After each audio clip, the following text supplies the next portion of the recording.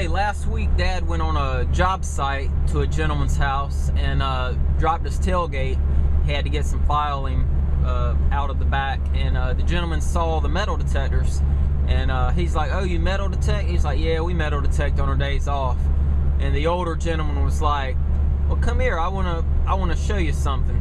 So he took old Pops into the house and opened up a room, and this is what they saw. Then it's all up there.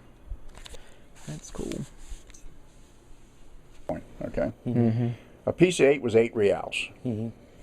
When they made change, they took a knife and they cut a wedge out of it. These are called bits. Now, there's 8 pieces to an 8 real coin, which is the forerunner of our silver dollar. 8 times 12. Okay. Bits, 2 bits. Was a beer and a haircut and a shave 2 bits? 2 bits. That's where it comes from. 2 bits is 25 cents. 2 12.5-cent pieces. So it still holds over today. That's a lady's shoe plate. Mm-hmm. 1861, $1 gold.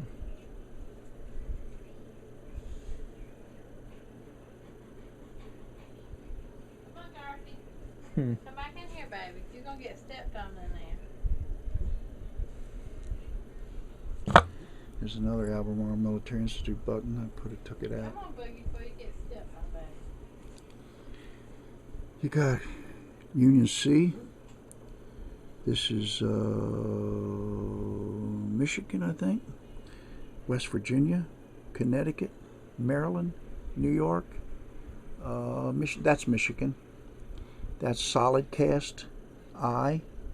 That's a C. That's another solid cast I. North Carolina, Pennsylvania. North Carolina, but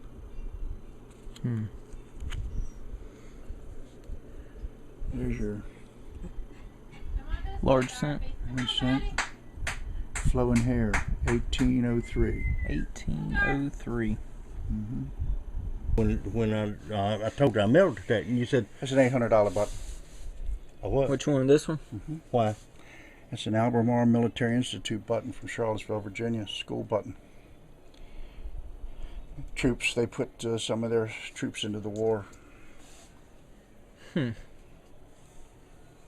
these little things, I can't tell. They're Flying Eagles. Oh, okay. They're Flying Eagles and Indian heads of various different dates. Most of them 1857, 1858. That's an interesting coin. I can't remember what that is right now. I'd have to go look on my list. Buttons. I mean, Give you a lesson on something here. What would make this bullet distinctive for you? Hole in it?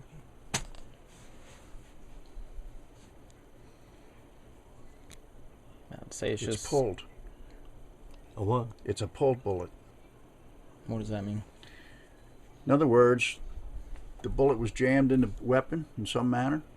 Oh, You see that hole in it?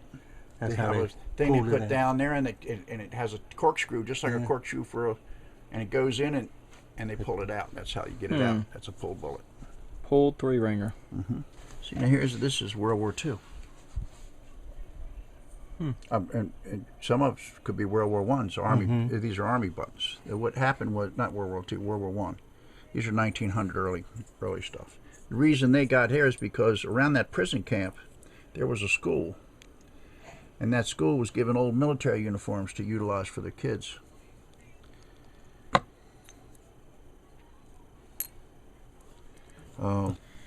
That's an Enfield. You know what these are? Nope. Okay, here we go. Lesson time. That's a Williams cleaner bullet. Now, this thing was pushed up. And this goes up into the bullet. And there was a small what do I want to say? What do you call the round things with a hole in them? Fit down there like a geez, my words escape me. Oh God. Anyway, there was a round piece that fit down in here that slightly came outside of the bullet. Now, when Like you a washer or something? washer, absolutely. okay. No. It was made out of manganese. Mm-hmm. Now, in the heat of, have you ever fired a black powder pistol? No.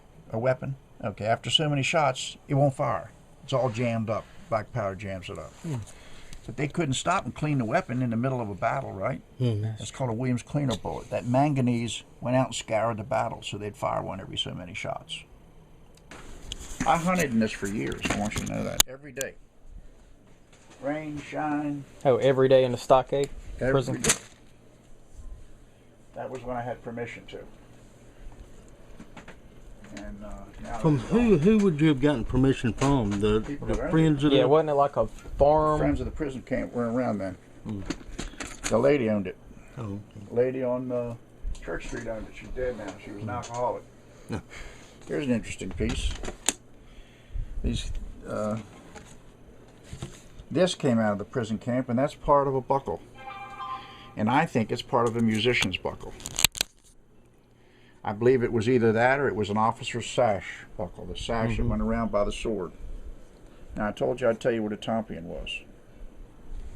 Okay, this is a tompion, but the wooden part is gone. There was a wooden dowel that came down here. When I first dug these, I didn't know what they were. I was getting the top part. All the rest of it was gone. I thought they were the top to an old can.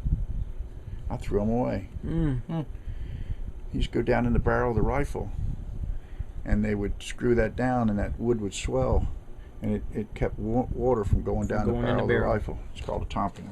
Tompion cap. Look at the hat. It was a pin, but it's a hat, and it came apart, but it's... Who looks like that? It's Jeb Stewart's hat. This is why I know people came to the prison camp past company commander. Huh. That was GAR. Grand Army of the Republic meetings. They met at the prison camp. And that's a coin. Nope. Token. Now I want to tell you something. When you go home, you tell your wife that there aren't many people that you know that have scruples, but you know a fella has two. Scruple. Now, would you figure what that was? I dug two of them. Probably the most interesting thing I dug, because it took me so long to figure it out. I finally got smart enough to look in weights and measures. This was an apothecary weight. The doctor used it to measure medicine to give to the guys at the prison camp. It's 1/2 scruple. There's 8 scruples to a dram. So this took 16 of these to make a dram out of a buckle. March 16th, 1847. Is an Indian temple coin, and people who make pilgrimages to religious sites in India are given these, and have been since the 1500s, as a token of their pilgrimage. So based on their age and desirability, they're quite valuable. That one is a 1708 or 1780. I can't remember which, and I'd have to go back and look it up. But I dug it in the same site on the PD River. That's a buckle. Belt It's a belt buckle. Belt buckle. Should have showed you a box plate. That's a breastplate. Darby, you better come this way, baby. before you get Massachusetts stepped volunteer. on. I dug this at Bloody Angle. I dug this in the wilderness. I dug Oh yeah, this that's the bayonet. in Yeah. Annapolis. I dug this at Hansboro's Ridge. I dug this at Centerville. I dug this in Winchester. What that is? That's a fuse to a cannon. I threw 100 of these away before I realized what they were. They look like modern day stuff. That's what I was thinking. I can't remember where I got this. I think I got this at Spotsylvania at the Bloody. Okay. Cannonball. That's all right. Did you feel the weight of it? No. That is crazy. No, when they shot the cannonballs, I mean, what was the effect supposed to be? I mean, did they explode or? Those? Well, he said these are solid They're solid casts. casts. Well, I mean, what do they do? They're like for breaking down encampments or something? Yeah. Not explosives. Exactly what they're for. Okay. This is just part of. All of these came out of the prison pen. These are high-based English. Peculiarly, a bunch of these shells in here, round balls, we would find them where they got off duty. We found out where the guards actually lined up and emptied their weapons because all the balls were, see them all down here round? And we'd find them already flattened out where they shot them straight down in the ground. That's kind of like the one you got. One of these, isn't it? Eh? Mine, yeah, it's actually very similar to that one. Yeah, 36 that's what I was caliber. thinking. Is that what it is? 36. Found up 30 underneath a big oak tree next to the coast. Where at? Down at Cherry Grove Point. And it has a frog embossed on both sides. You can see the wheel in it. Looks like a lighter. There's a hole right there. See the hole? What is it? Good question. Okay. I sent it to the Smithsonian Institute, and they messed around with it for 6 months and said, man, your idea is as good as anybody's. I found this where, these are rosettes, by the way, come off a horse type. I found this where I think, this is in a big plantation. Yeah. Okay. This man had 700 slaves. I think this was used to score leather.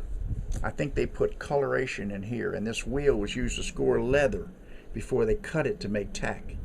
Because they made everything on the plantation. Yeah. And I found other things there that would make me believe that that was, you know, what that was. This Sounds barrel as good as any. is exactly the same, an exact duplicate of George Washington's dueling pistols. I just couldn't find the front of it. As you can see, that was a ton of stuff. I could have recorded more. There was a lot more cases, a lot more stuff, but a lot of that stuff started to repeat itself, and the battery on the camera was starting to get a little low, so I wanted to kind of conserve. So what I showed was just pretty much just the tip of the iceberg. It gives you some idea of the great mass of stuff that this one gentleman has found and collected over the years. Him and his sons metal detect, but I mean, he was, as you heard him say, he's got friends in the Smithsonian, and when he couldn't find any, you know, what something was, he would send it off and they would look at it and study it and whatnot. But I learned a lot, and some of the stuff that I found that I was like, well, this is nothing, you know, it turned out to be something. So you always keep everything. Don't throw it away if you're relic hunting unless you find out what it is. Thanks for watching.